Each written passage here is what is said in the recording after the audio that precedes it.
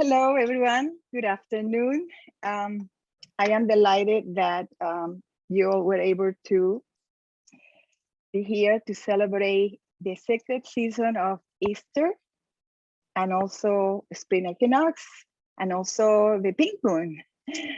So we have a lot of celebrations. However, um, I would like to thank you very much, especially Jonathan Culver, for inviting me and for this opportunity, and the San Diego Lodge, and everybody who are volunteering to help with this event as well. It's a very important thing uh, that we know that Easter is not just, the time to have family gathering, which is nice, and or have eggs or have rabbits.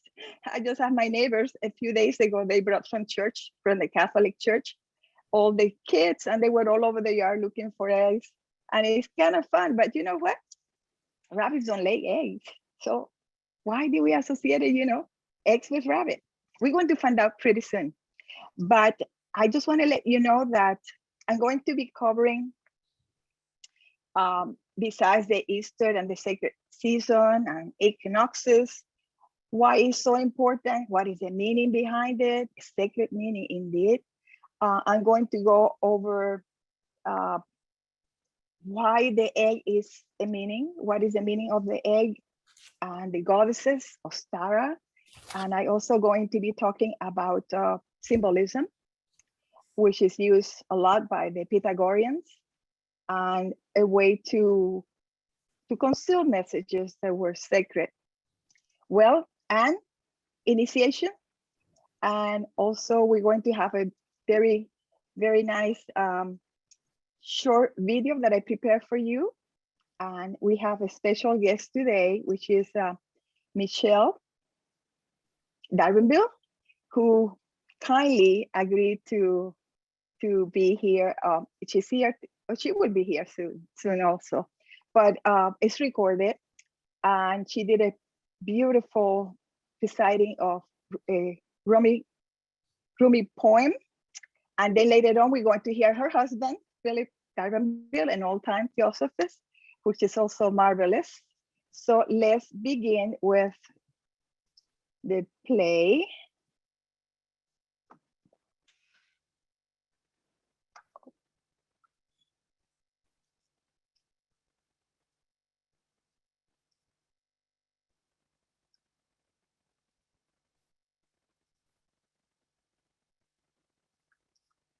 Now we'll be sharing.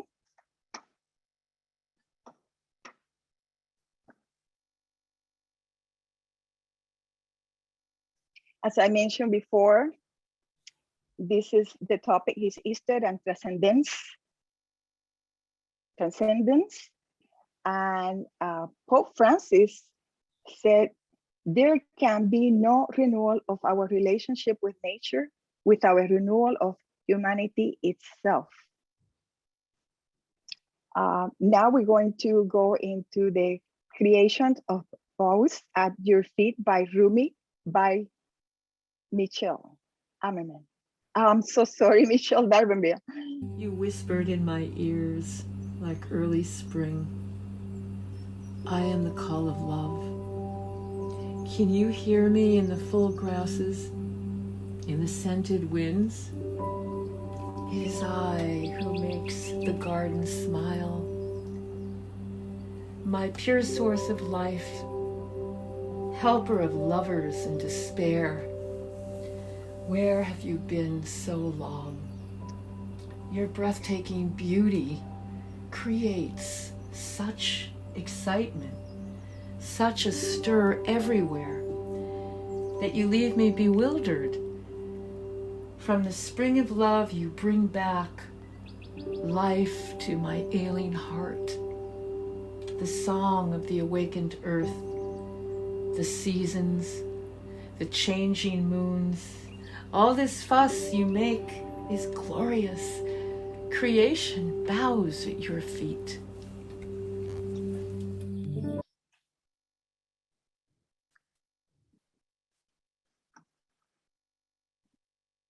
during the spring equinox, our Easter season, this year we have a very, it's a beautiful season, but as you know, because of the disturbances in the weather, the climate problems, we don't seem to experience springs. It almost feels like one day is winter, another day is summer. And even the farmers are very, you know, they don't know what to do anymore because their fruit is spoiling because it's ripened before the times. But anyway, I just want to mention that, but nevertheless, we have to celebrate the sacred season. The Ostara, Easter is a word that comes from Ostara came Easter. I will talk about it later on, but nature is a visible expression of dignity at work. The ancient Germanic and Scandinavian peoples used the hare as a symbol, is a type of bunny, being sacred to the nature goddess Freya. Likewise to the Anglo-Saxon Ostara, goddess of springtime. This is believed to be the basis for the present day association of the rabbit or hare with Easter. The anthropomorphic idea is found also among other races, very frequently among the Mongolians, Chinese, Japanese, and other Far Eastern people. It was considered to be androgynous, thus typifying an attribute of the created logos. The goddess Oestre. In the legend, when the beautiful goddess Oestre saw all this wonderful world of hers after the awakening, from the cold and the sad nature, she said, hereafter, every year I will have one day called Easter after me. That day, all should celebrate the awakening of life from its winter sleep. Just want to let you know that that's the legend. Now, the celebration of Oestre or Ostara is an old pagan festival and is the origin of the word Easter. She is the goddess who symbolized the dawn, the one spring, the resurrection of spirit in earth, and much more. There is a real Easter, a sun cycle, the time of vernal equinox on March 21st, sometimes it's March 22nd, which brings springtime to the world above the equator. The ancients regarded this as the reincarnation season of the year. In the Northland, the goddess Ostara was worshipped as a beautiful queen of the springtime, and from Ostara, our word Easter comes, as I mentioned before. Now, at this point of the springtime that coincides with Easter, is the point in which there is a yin-yang of the earth. It's right at the middle point. So this is a very sacred point for many reasons that you will hear later on, but it's the middle point of equality and equilibrium with the planet. And then later on, it will turn on the other side when we celebrate the other equinox. Solstices and equinoxes, ceremonies and festivals were held at hinges and sacred sites throughout Britain and Northern Europe. And the medicine wheel and the sun dance rite of the North American plains are also connected with solstices and equinoxes. If we have children in the audience, I will show you what I was talking about the medicine wheel. I have one. The universe itself was considered to be a living entity in which all beings, including ourselves, were rooted and drew life, meaning, and substance. For example, in Beyond the Blue Horizon, Dr. E.C. Krupp, director of the Griffith Observatory in Los Angeles, California, writes about the Desana Indians of the Amazonian rainforest, a primitive people who still look at the sky and still talk about it. That's how it was. The farmers, the indigenous, because they live so close to earth, different from us, that we live in houses, cement houses or apartment. We don't have that contact. We have lost that wonderful contact with nature. And And it's important for us and for them that we kind of be in touch with that. Now I'm going to play. Everybody's listening? Yes. Okay, just want to make sure. Yes. Now I'm going, okay, thank you. Now I'm going to be showing you a brief video that have to do with the equinox and the yugas.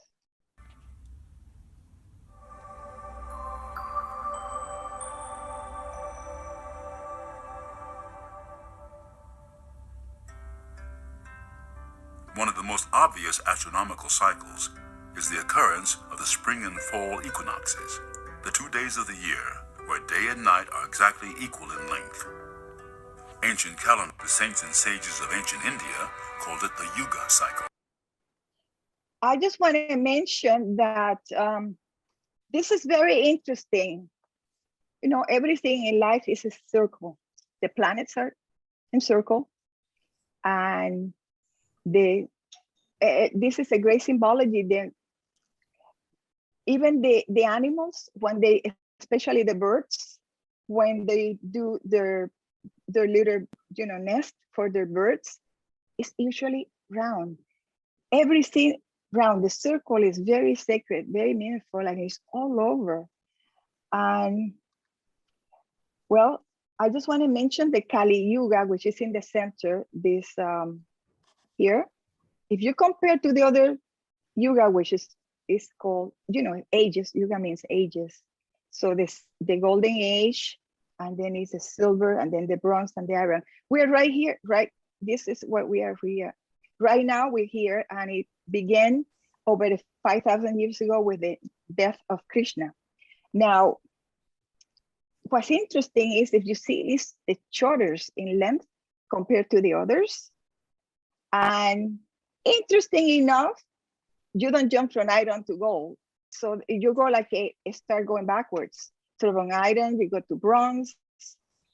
And then there is a little cycle in between the silver before you get to silver.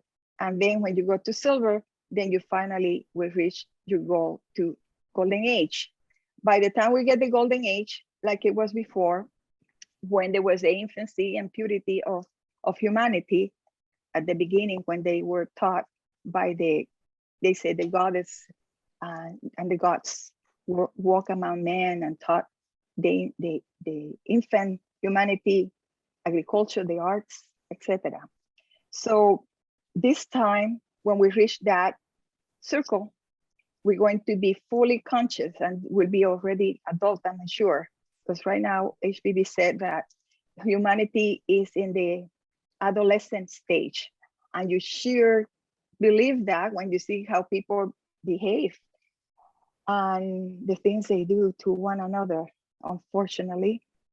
And that is the process. And we just have to keep evolving so that we get there faster. But Saturn will be the regent planet, and it will be on the Aries again. And we have a great connection with the grandfather of all the planets, which is Saturn, very powerful. Now let's go into the symbolism. The sign of the soul. Symbolism is the key to understanding the sign of the soul. This ancient and unchanging core of all and the being of each individual soul. Ancient tradition of the solstices, the equinoxes, and references to pagan symbols like the egg, the hare or rabbit, lotus and water lily are more acceptable today among many religions. As you know, religions usually borrow one from the other. But if we go back to the Chaldeans and the Egyptians, they were using all these symbols already.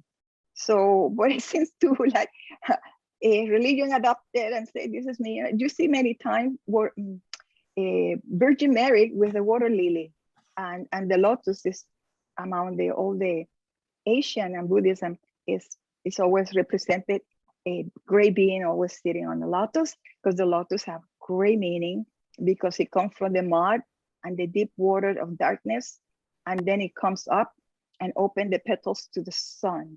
That's us. Numerous references about what I spoke and the ancient symbolism are found in Isis and Bella and the Secret Doctrine, among others. Now, the hieroglyphical symbols, Porpari, who quotes from the Pythagorean Moderatus, says that the numerals of Pythagoras with hieroglyphical symbols, by means whereof he explained ideas concerning the nature of things or the origin of the universe. See, a lot of people say he never wrote anything, but he did not needed to write it. He used symbols. That's how he taught his students the word improvisation or, initiates, because symbol is what saves us from the corruption of the writing and misinterpretation and all that. And if you notice, look around you, there is symbols everywhere. We have the code of nature and our spiritual knowledge as above, below, everywhere. Look at the mountains, they form a pyramid. And keep looking around, the planets are around, as I mentioned before. And the flowers and the trees, they don't give a message of reincarnation, right? The trees, during the winter time, they go to sleep. Thus, they die. We think they die. But during the springtime, like right now, they start flourishing and they come to life again. That's also a symbol of reincarnation. Now let's talk about mundane egg, Easter egg, the popular Easter egg. What this universal symbol represents? The egg was the symbol of life in immortality and eternity, and also the glyph of the generated matrix. The anatomy of a hen's egg shows a wonderful analogy with the stages in cosmic evolution and the human principles. The mundane egg, according to HPB, it was incorporated as a sacred sign in the cosmogony of every people on earth. And it was revered both on account of its own form and its inner mystery. From the earliest mental conception of man, it was known as that which represented most successfully the origin and secret of being. The gradual development of the imperceptible germ within the closed shell, the inward working without any apparent outward interference of force, which from a latent nothing produced an active something, needing not safe hit, and which, having gradually evolved in a concrete living creature, broke its shell, appearing to the outward senses of all a self-generated and self-created being, must have been a standing miracle from the beginning. So in order to have human beings and animals, as you know, the germ, even the plants, there is a germ that have to be planted, and then you have to wait for the gestation or fertilization of whether it's, in this case, the plants, it takes a long time. During the winter time is when they go to sleep and you put the seeds, and that seeds become a plant later on. And then with animals, that it takes a few months for them to give birth to whatever it is, a dog, a rabbit. And talking about rabbit, the hare versus rabbit, sacred to goddesses. Young rabbits are born blind, naked, and helpless. The length of pregnancy in the rabbit is 31 days. Many mythologies have featured the hare, especially the Egyptian. Thus, the symbol of the hare frequently occurs in the hieroglyphic, as well as hare-headed deity named Unu, with his consort Unut. Ancient divinities of Hermopolis, the latter being closely associated with Sekhet. Now, let's compare. Baby hares are born fully furred and with their eyes open, very key. The stronger and more athletic after birth. The mother puts each infant in its own form, usually in long grass, and visits them once every night to suckle them While she's away, they lay down low and still to avoid detection by predator. In other words, they're very smart and they just play dead. So they don't get eaten by the predators. Um, the length of pregnancy is 41 or 42 days. They're faster than bunny and can jump up to 10 feet and run up to 45 miles an hour. It had the ability of changing colors, and during winter time, they turn white. They camouflage. There are other animals that do that too. Now, Eros god is represented as carrying a hair. The hair was sacred to Osiris and was also a symbol of the moon and fertility. I just want to mention why the hair was used as a symbol. It is because they have similarity of the masters of wisdom. When the masters of wisdom are born, they're already awakened, right? So because the hairs also have those strong qualities, and when they are born, they don't have to, they immediately start acting. They don't have to wait until they learn how to walk. Like, you know, they don't have the same helplessness of the rabbit. And because of that, it's considered a sacred, and they consider that like qualities of the masters of wisdom. And now we're going to go into the initiation part of this presentation. Cross and initiation. Ancient Egyptian symbology of the cross and linked to initiation possible for every one of us. Every civilization that has been and the one in which we now are living is due to a true or false perception of what is our real nature is. If we will ever know and understand our nature, we must first understand that there is in us that, the higher self, which never changes at all. Whatever changes are brought about by it. Our salvation, a living process that is in our own hands. So we are our saviors and our executioner. But the cross was borrowed, obviously, from the Egyptian, and Christianity usually have a cross and a symbol, and that is an initiation symbol. Now we're going to have a beautiful explanation by Philip Darbanville. The spring equinox, we recall this perspective of Christos and light, that the spiritual entity of our true nature, this so-called higher self, and the tools at hand to gather greater insights is here for an opportunity expressed through our vehicles with consciousness, spiritual consciousness itself, to uplift all of nature, of the highest potentiality of, but guess what? That part of our nature is stuck at the gate.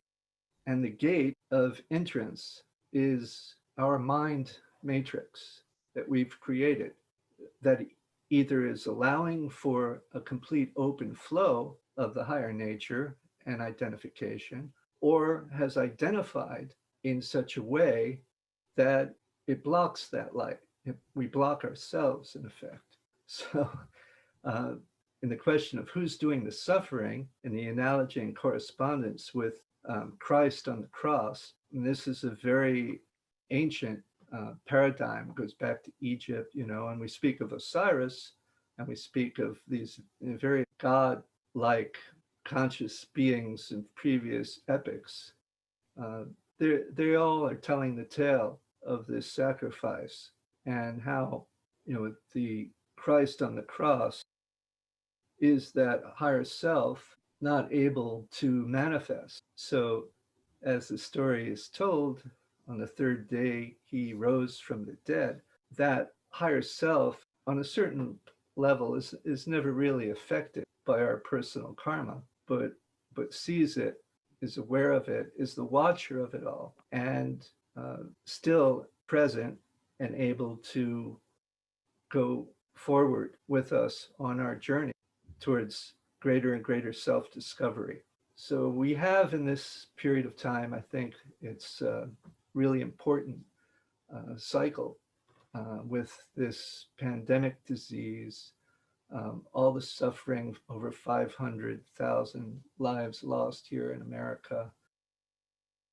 There's an inner grieving that we suppress to a large degree, even though we're inundated with media nonstop in our cultures, to take it in and really allow for that degree of suffering can be totally overwhelming. So the nature goes, well, I can take so much, you know, and we all have our threshold for that kind of thing. What theosophy allows us to do, if we sit as the watcher through the stream of consciousness, is to feel it, know it, not have to suffer becoming it all over again each moment, to commune collectively in our consciousness, choose to focus, and where we can create positive impact.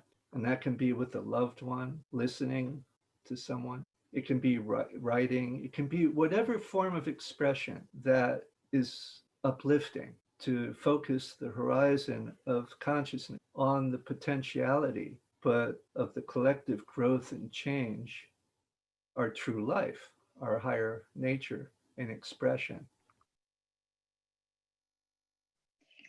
Beautifully said.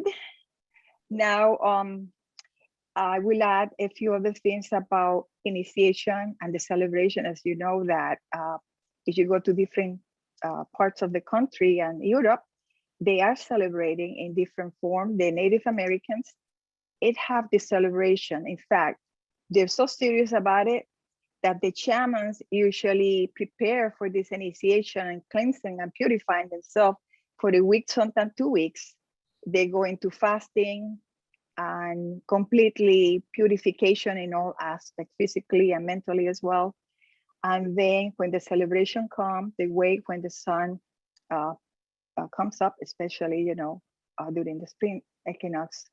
And at that point, they celebrate. They celebrate a ceremony of gratitude. They sing, they dance. And one thing that it was very interesting, because I have attended some of them, they usually you bring a gift, tobacco or incense, and you offer that into the fire as for gratitude. But also, you can with maybe you can even ask for a wish. But more than anything, is to honor your ancestors, and that's something that, you know, when people die here, they don't do those kind of things. Not usually the Anglo-Saxon society, but they believe that we have to honor and be grateful to our ancestors. After all, our DNA is part of them. And the other thing is that they say the person really died when nobody mentioned their name anymore. So it's almost like a very sacred thing.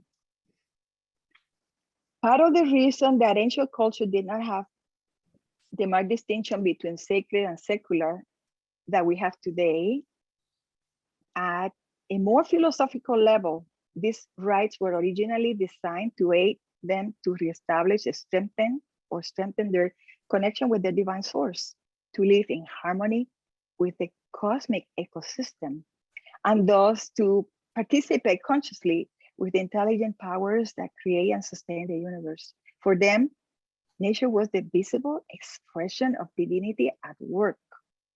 And the ancient mythographers frequently associated the sky with the universal mind or intelligence, which ordered the structure and behavior of stars, planets, and all the creatures inhabiting them.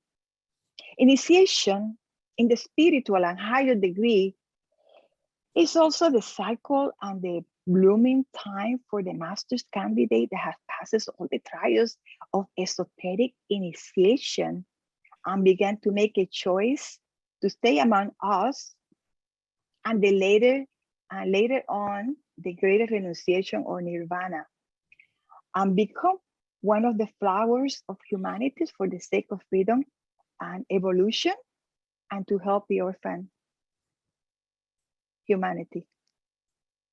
Now, this time, through through a strength of transcendence, we could acquire, if we work hard, positive traits that allow individuals to forge connection to the larger universe and thereby provide meaning to their lives, appreciation of beauty and excellence, awe, wonder, elevation, gratitude, very, very important, to the earth, to the elements, and the whole humanity as a globe.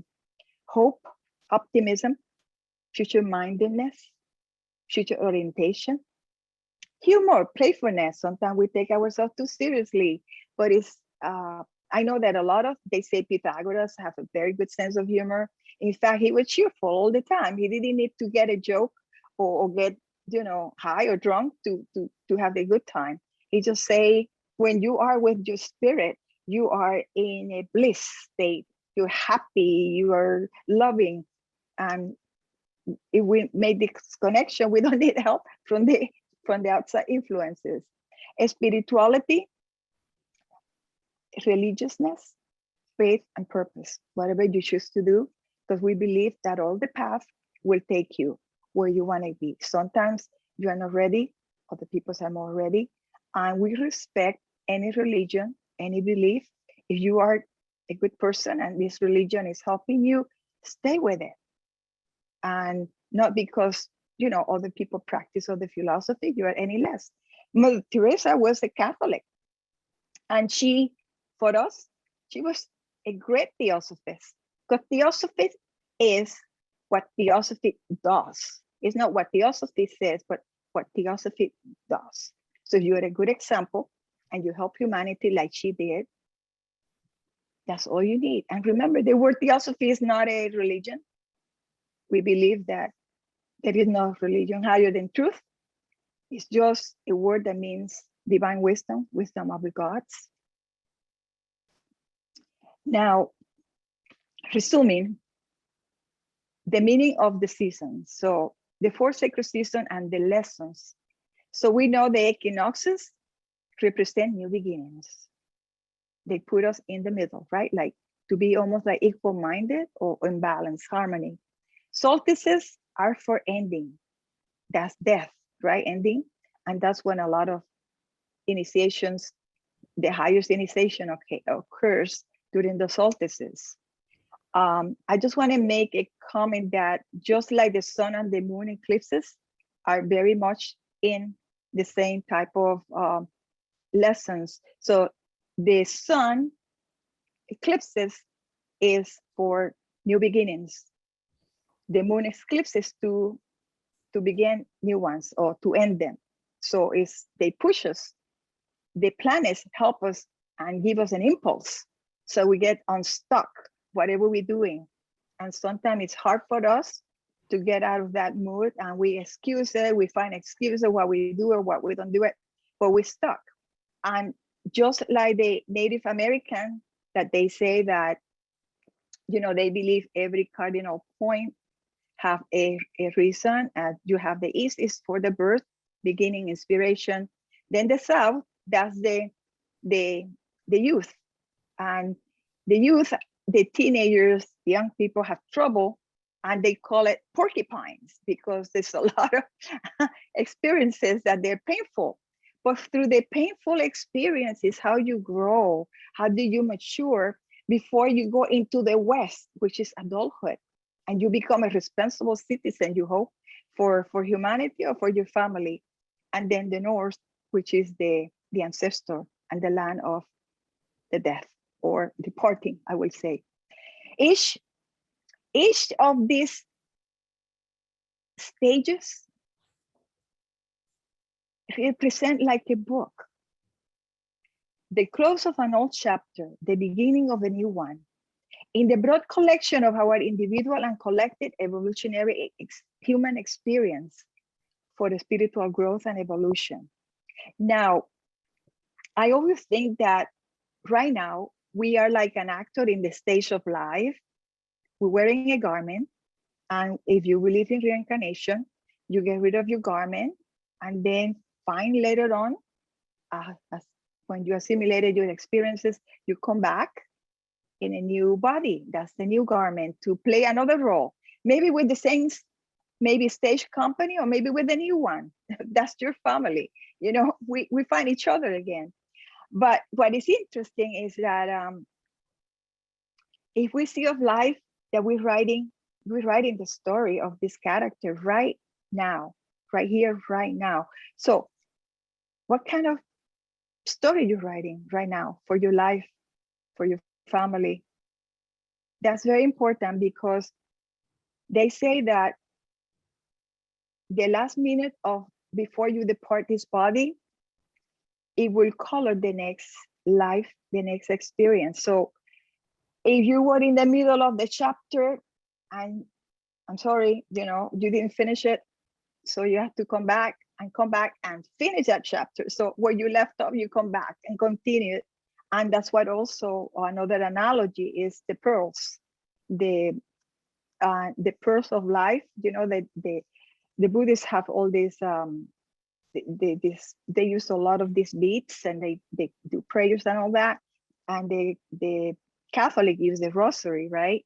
So they call them malas, and it's because each one of them is almost representing a life, a reincarnation. So so spiritual growth and evolution is important, and that is why HPB in the Secret Doctrine make emphasis in evolution of nature and God's relation to this universe. As new life emerges in spring, the Easter Bunny hops back once again, providing a long-standing cultural symbol to remind us of the cycles and stages of our own lives. So we get an opportunity to examine our life every season. So nature is helping us, and the quotes and the messages are all over, only if you observe and pay attention. To conclude, I'm going to play the spring song from Antonio Vivaldi. He said, "They are not words, it's only music in there." And remember, there is music in the sphere, and science agreed to it. They even recorded some of the sound. So they're getting closer.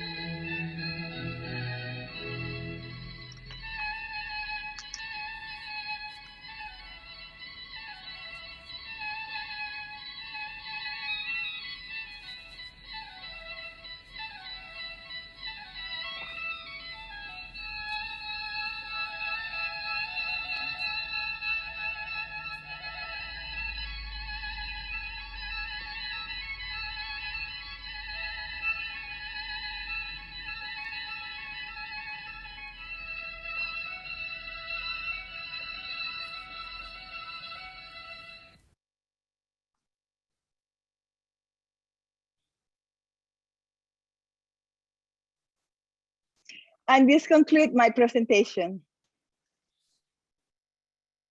Thank you very much, Miluka. You're welcome. That's really getting up there with putting together the audiovisual experience. You've really made some wonderful accents to this. Thank you so much. You're very welcome. It must be a lot of well, work, actually.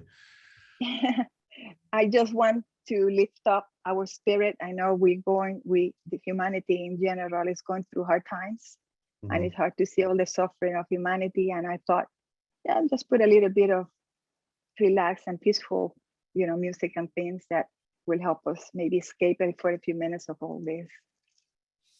If anyone has any questions or comments, please use we're all getting good at this now with these computers.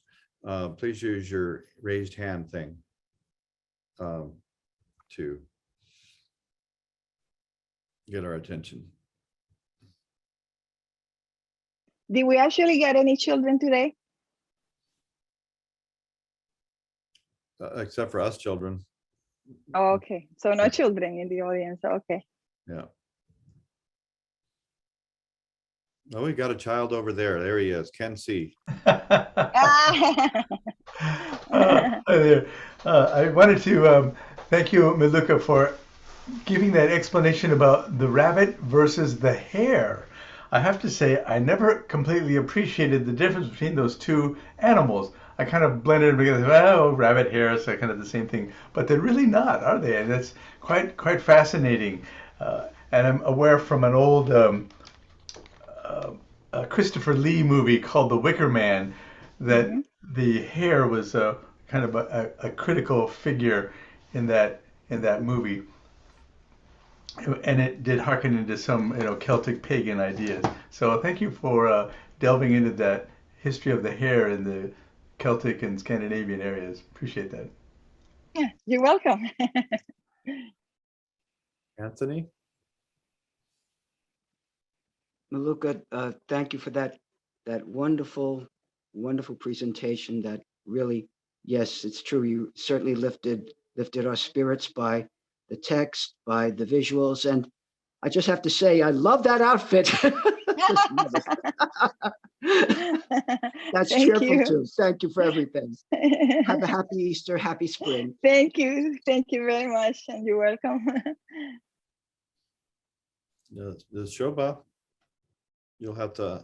Hi, Miluka. That was lovely. I really enjoyed it. Hi, But I Shoma. also, yeah, hi. I also wanted to tell you that in India, where I come from, the new year starts in April with spring because we follow the lunar solar calendar. So we just had our new year on April 14th, very close to Easter. It always comes around the same time. So spring for us is the beginning of the first month of the year. And there are many parts of India where, mostly in the south, where we call it the New Year, and we celebrate and we make something bittersweet, and because life is bittersweet, it's very significant in our community. We do that, and it's a very special day. But it's very interesting to see how Easter. This year we have Passover, Easter, and Ramadan all coming together this year. Very significant, very significant. Thank you so much for your sharing, Shobha. That's interesting, right? Because also the Chinese celebrate New Year's in February. So, you know, so, and then Passover is being celebrated at the same time of Easter. And what I understand is that they mix things up because resurrection, like what the Christian call resurrection, is actually part of the solstice initiation. So they mix that up, or they borrow everything and they mix it up and they make their own thing. So they were saying that they're actually, celebrating the wrong time for resurrection. It should be back when the birth of Jesus, because it's a combination of the birth of the Son, but also there is also a resurrection that takes place after the initiates go through the journey all the way to the 14 days. That's the 14 days from January 4th, and that's when they actually become initiates. They'll go through the test and all that.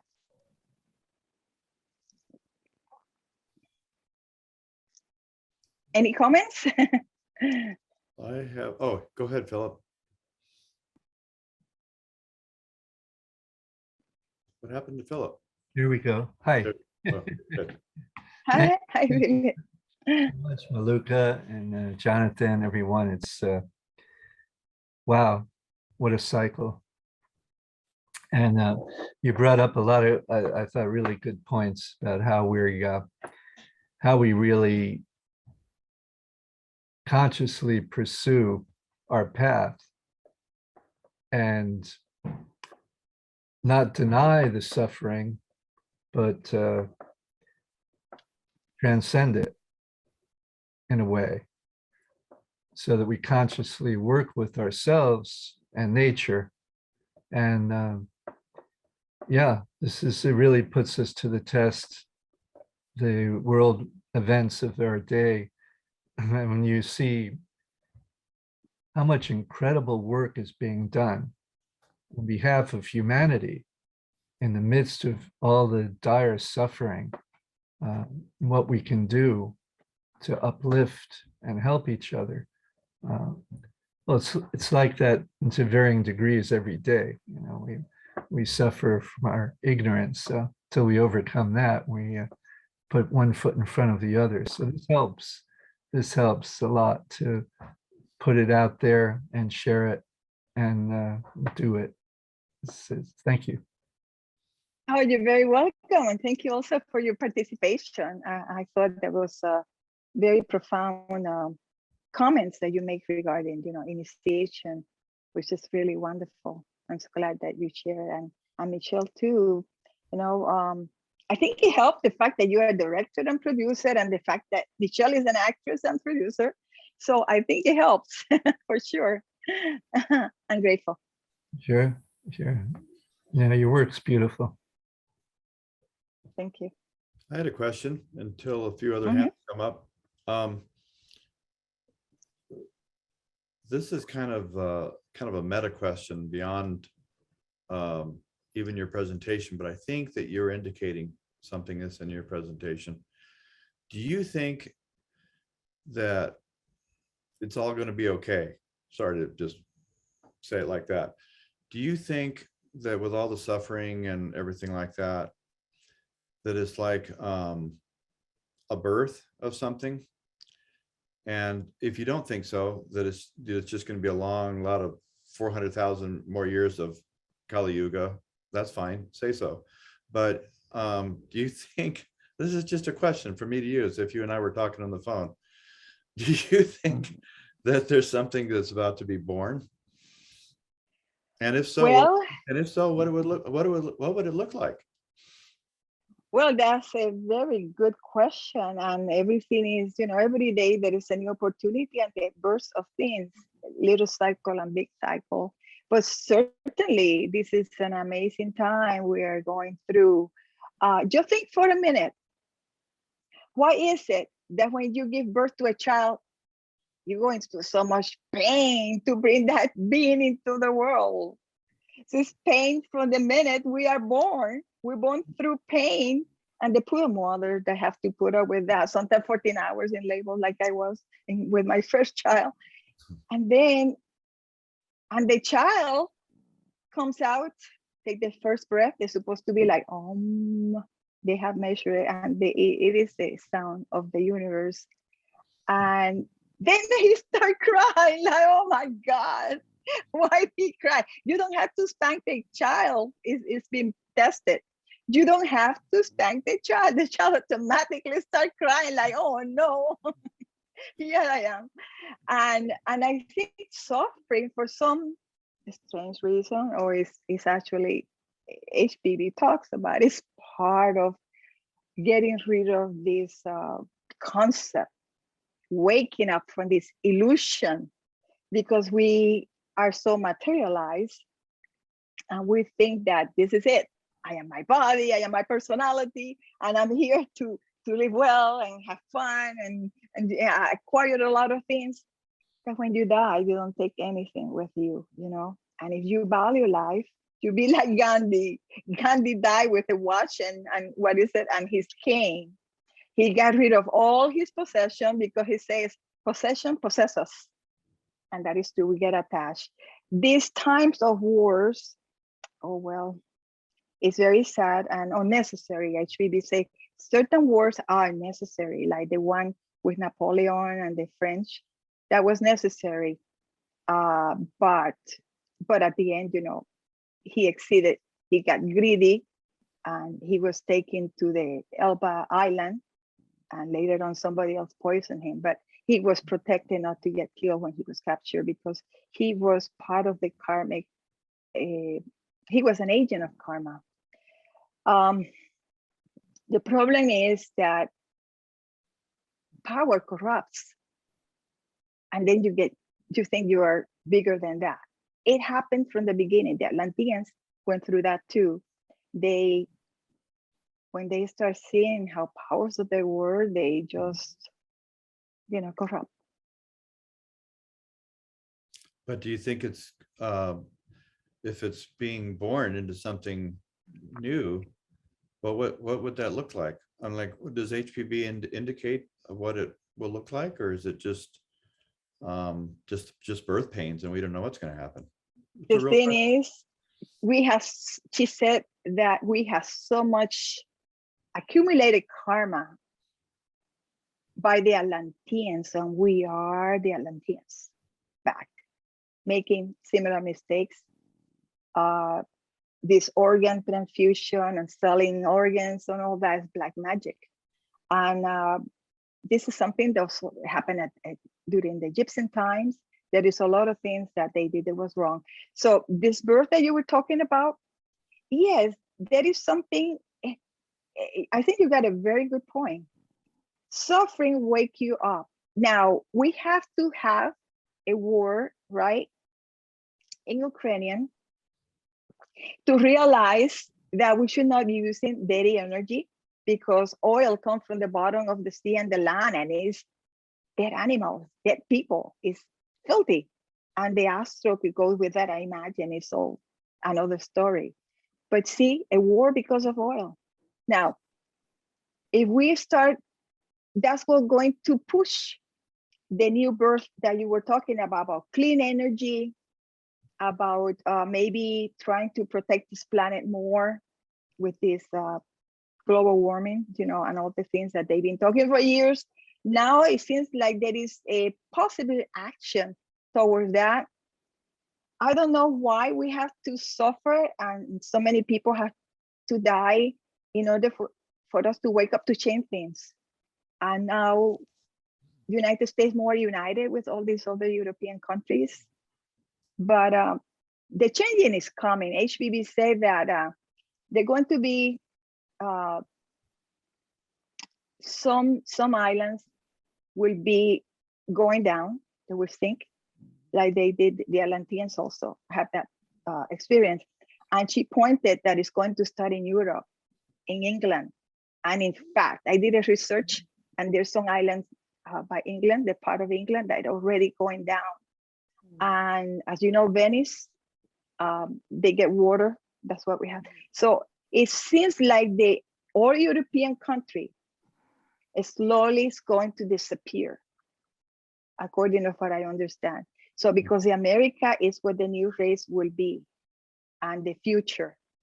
And maybe some of these souls that coming into America because of the sad events in Ukraine, maybe part of that plan. I don't know how to tell you. I said that's what I feel.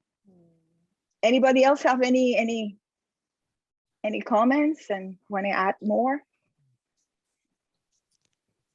I would like to thank you very, very much. You're welcome. Yes, your timing today for me was very divine, because I have chosen a path where I have as part of my work, I've chosen to maintain non-violence in a field that is very, very violent. Definitely the most violent area in LA, at least, that I work in. And so I got a little bit of a cold due to having to have some of this violence. About a week ago was right in front of me, and then it resulted in a cold. My immune system kind of shut down.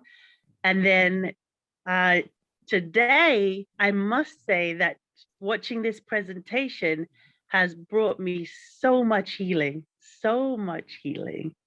I literally felt a corner turning, and I felt sickness is leaving my body, as you created such a divine environment.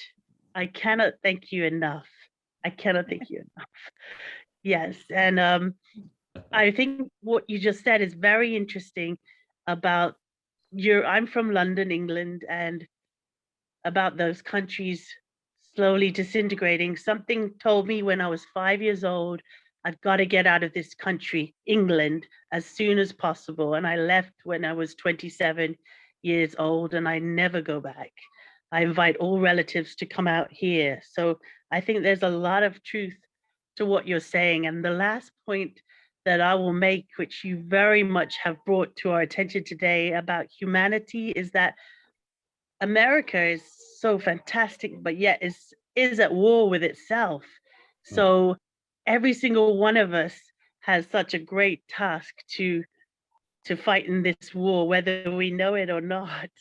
And how willing we are to take that on is a huge question for each one of us to answer. But thank you so much. You've been a great inspiration in the divine healing. Oh, thank you so much for your beautiful sharing. And I'm glad, because that's what we hear. We are brothers and we are each other's, keepers. So I hope you continue with your healing and your great work. And thank you for joining us. How did you find out about us?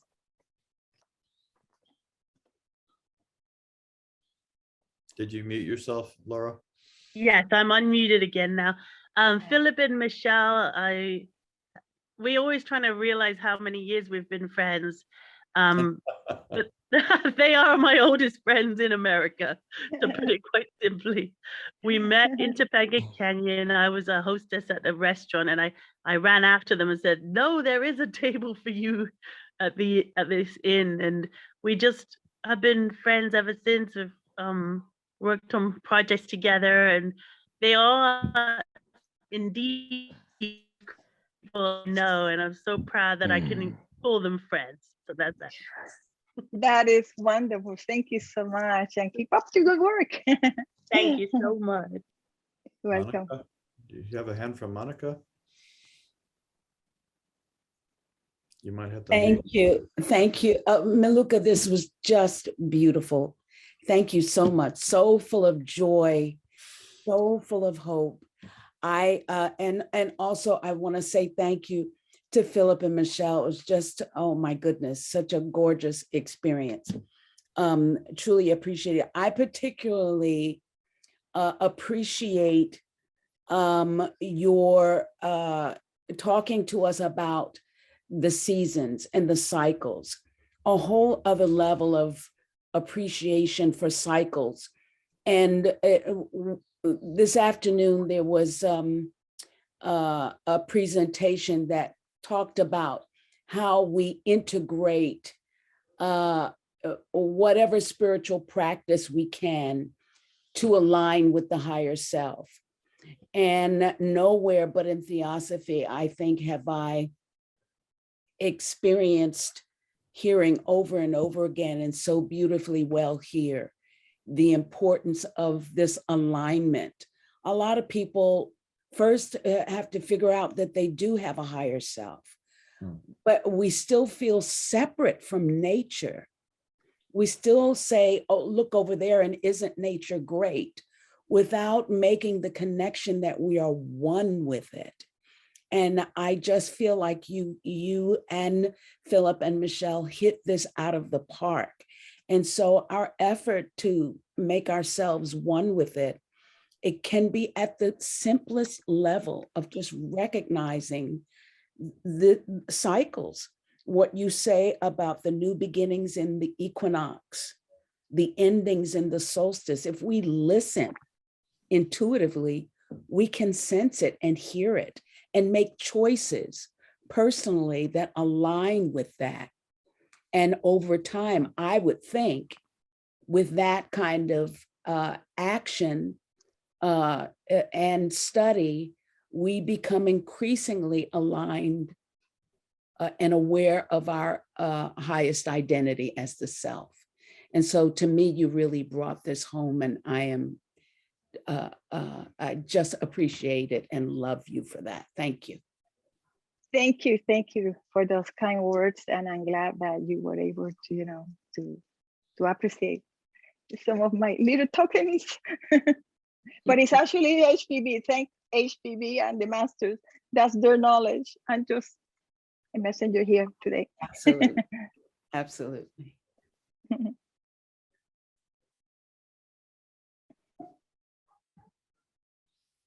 We got Philip, he's got his hand up. Yes, the question about these cycles and the symbol that you brought up was very interesting, showing the golden age, silver, bronze.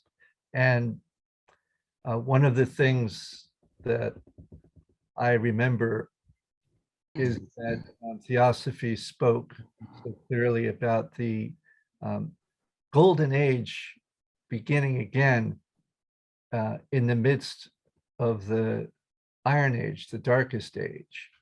You get the germ of the golden age starting here and now. And I don't recall a repeat of the bronze and the silver. So that's something that maybe someone can clarify a reference on that for me. But because I always thought, well, it's kind of a leapfrog back into the golden age after the Iron Age, which in a way didn't make any sense. So it's much more sensible to see a progression. And when you think of evolution of the rounds and races, it kind of portrays it in that sense as well. So perhaps that's the more clear presentation of it. But I'm still struck with the insight of the golden age in its inception, beginning in the midst of this dark age, which is again a very rapid, dense period. So cause and effect, right? It goes right away. You have the opportunity to learn and change and grow, and you feel a lot happening. And that in and of itself is a quickening of the evolutionary patterning to take into then a more east age of reflection and absorption and growth. And so, yeah, I can see how it works together. Any thoughts on that? Let me know. Yeah, well, it seems like nature, is slow. Everything takes a long time for a plant to grow, a tree to grow. Everything is very slow in nature. So yeah, I also saw that yeah, they say tornado and the next is cold. It seems that it's short. If you notice, the bronze is short and the silver is short too, but it makes sense. Everything is slow, so it's almost like preparing and purifying so that you are ready to go into there, because the Iron Age is very dark. Now you're correct in a sense that HPB says that just because it's the Iron Age doesn't mean that everybody's in that they're human beings on Earth right now, that they experience the golden age individually. Yeah. So what we're talking about is just the whole humanity as a whole and those who are not advancing. But yes, there is a possibility that individuals can achieve that and don't have to wait, another so many thousand years to achieve it. And in fact, we're talking about what Jonathan was talking about, pain, right? Isn't that ironic that on the worst condition is when you hit bottom? In other words, you hit bottoms, you have no place to go then up. So it's similar with when you're suffering or when you're fighting any kind of vices or you're stuck in something, you have to hit that bottom to wake up, and then slowly. So I imagine that that's what happened with the Iron Age, in a sense, that we have to start coming slowly out of that bottom, and then slowly, and maybe that's the layers of the bronze and the silver, preparing the layers so that we can do the leap into the golden. I mean, that's how I think. And once again, this is the one that HPB said, the greatest opportunity, you find it during the Iron Age, because everything goes faster. So we have great opportunity. We use the time wisely to progress at faster speed than in any other age. Judy.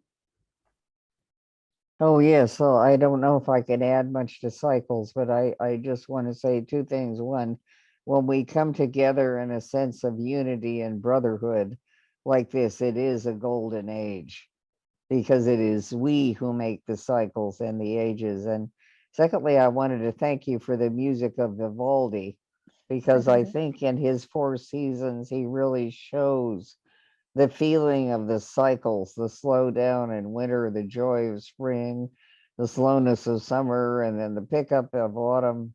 And he must have been a very happy man, as I once heard Pepe Romero play the guitar concerto in D major, and it was just so joyful. I thought, my God, there must have been an incredible joy in the author of that. And of course, Pepe is one of the great artists on the planet right now. I recently saw him in person at the Performing Arts Center in San Luis here. And it's just pure genius. So we have our golden moments, even in the Iron Age. And we just have to keep working for it. Yes, yeah, thank you. Thank you for your comments. Vivaldi was a very special human. He was a priest, and he used to offer free lessons for orphan girls, this orphanage. And he composed a lot of things. And of course, the priest took possession of it. And he was very ill and he died in poverty, like many of the great geniuses, because the church took advantage of him. And then he didn't make the right connection, but he's not the only story like that, sadly. However, HPV said that the greatness of doing music, poetry, art, but especially music, is that you elevate into the sixth, the Buddhi consciousness. And she said that is the reason why these people are able to compose and the way they do, or they perform the way they do, because they are connecting that sixth stage of consciousness. Monica, we've got time for, I think, one more Q&A. Go ahead, Monica. Thank you. Miluka, I remember a theosophist saying to me that during the cycle of Kali Yuga, a little bit of good that we do can go even further than in another age. And I just wanted to know, I mean, that's it, that is so hopeful, but I wanted to know if that's what you meant in your the few comments you made a few minutes ago about during the Kali Yuga, things moving very fast. Is it, were you saying basically the same thing? Well, the opportunity is greater for sure, because we are able to evolve much faster. But certainly, the more good we do, the more we help humanity and all the kingdoms. The possibilities of us to evolve much faster and help with the healing of the planet and all of us. And believe me, the earth is not going anywhere, because I hear sometimes comments of people think it's going to be the end of the world. No, it will be the end of humanity, maybe we as bodies, but the soul is immortal. So we have nothing to fear. We just have to either graduate it or repeat the lessons, just like the school of life. Yes, thank you. You're welcome. Well, thank you, Miluka, so much for a splendid, luminous, uplifting presentation, and purely in the spirit of Easter. And I really appreciate Laura's comments, so full of light and hope, and of Philip and Michelle for their contributions, splendid, luminous contributions. And yes, I really think they're right about the golden age, and what Judy said about how, in a way, when people come together in a spirit of brotherhood and sisterhood, like we're trying to do, Thank you. Um, Thank you. it really is a creation of a golden moment and a mini golden age at that moment in time. And as these Aquarian Almanac presentations go on, and others go on, it's like a golden current that's being generated. It's a generation of a current, you could say. And I mean, in some ways, it could be that it starts off with a high age and then gets a little bit more coarse and finally gets down to the Iron Age. And slowly, externally, things start slowly working their way back up. But in a way, what we're doing here, it's like starting at the top. It's like starting at a golden age. So it's so and that's a way of generating something at a very high and pure level. And Miluka talks about keeping things pure a lot, and she does a good job of that. So awesome. Thank you all very much. Next week, it will be Karma and Destiny. And we're very much looking forward to that presentation. Thank you all for your attendance and your contributions. Thank you above all, Miluka.